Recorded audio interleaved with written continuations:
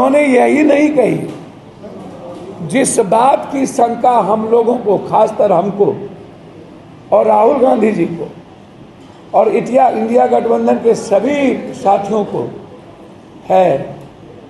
कि यदि नरेंद्र मोदी जी दोबारा आते हैं तिबारा, तो इस देश में कभी चुनाव नहीं होगा।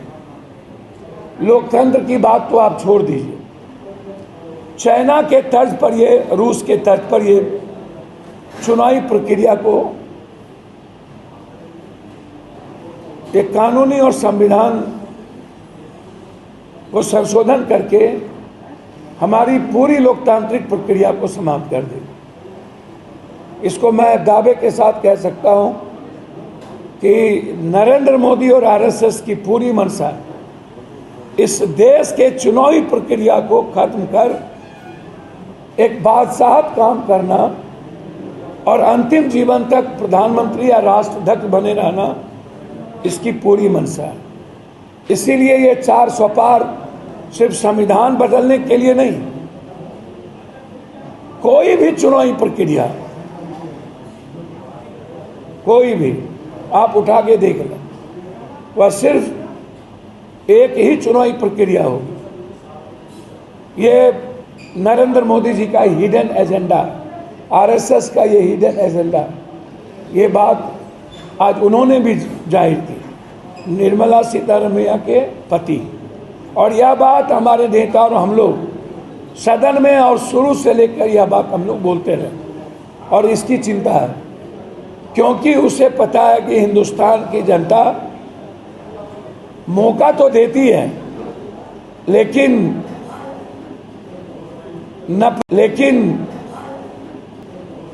नफरत करने वाले उतने निचले स्तर, जो हमारे आदरणीय प्रवक्ता महोदय जी ने जो बायोलॉजिकल बात की,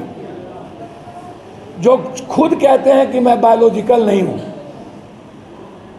मुझे ऊपर से भेजा गया।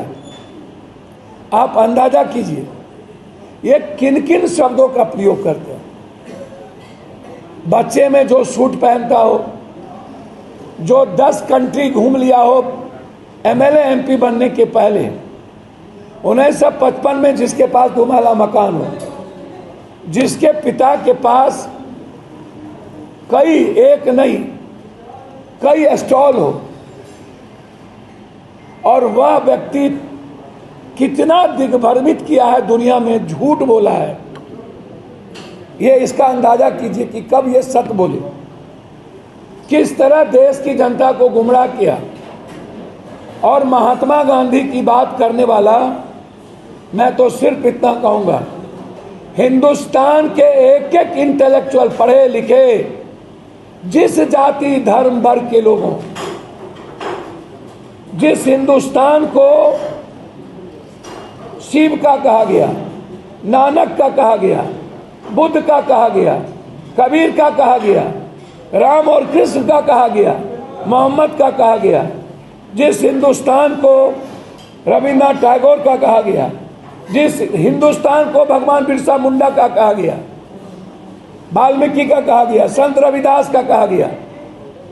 जिस हिंदुस्तान को सावित्रीबाई फुले और महात्मा फुले का कहा गया, जिस हिंदुस्तान को अंबेडकरवादी विचारों को कहा गया, और जिस हिंदुस्तान को गांधी के सोच से, विचारों से विश्व में नेल्सन मंडेला ने आत्मसात किया, मार्टिन लूथर किंग ने अपने जीवन में महात्मा गांधी के विचारों को उतारा। आज नहीं, पूरा विश्व महात्मा गांधी के